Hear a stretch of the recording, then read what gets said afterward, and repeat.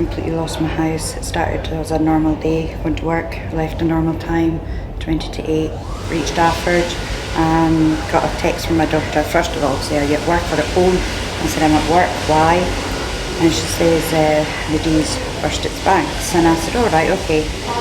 Never thought anything of it, as because I'm one up from the caravan park, so I didn't think it would be affected. Then she phoned me and said, Mum, you need to come home. And I said, why? And she says, because we're being flooded. And I thought she was joking. And then I heard the hysteria in her voice, and I said, all right, where are you? But she'd gone to a friend. They'd been evacuated out of the hotel. My house was completely flooded. Started to make my way home in the car, phoned Christina, my colleague, who also lives right beside me, and she'd already been told by a carer.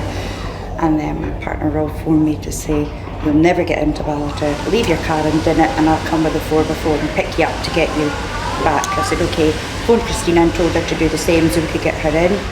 And then we went round, managed to go, well, we drove through quite a lot of water, eventually got round and into Ballater, and that's when I realised there was no way I was getting near my house at all. It was under 7 foot of water. Because I'm a bungalow, it's just completely wiped out.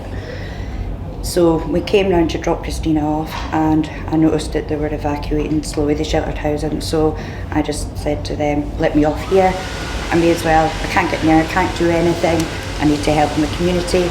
So that's when I went and we evacuated slowly up to the hall where everybody was being evacuated, but obviously the hall had no light, no heating. And the minister had decided that he would take them up to the manse, so we took them up to the manse, and we were running up and down Braemar Road just trying to, and of course we laugh about it now, but I go to the gym and I'm in the gym for 5 minutes on the treadmill and I'm exhausted, and yet we were running up and down Braemar and we didn't break a sweat.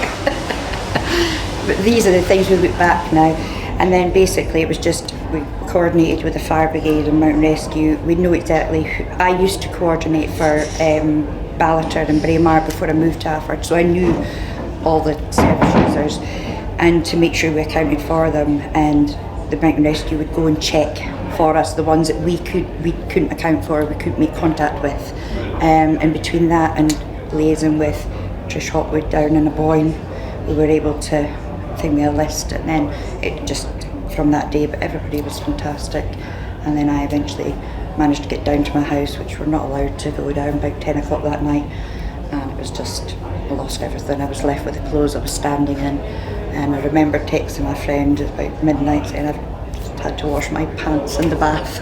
Do you know, it was just, but I managed to stay with friends that night, and my daughter, she stayed with her friend, and then we were lucky that we got temporary accommodation, and we didn't actually have to use the barracks, but so we were lucky that we were in Ballater, and then it's just trying to build it all up from there.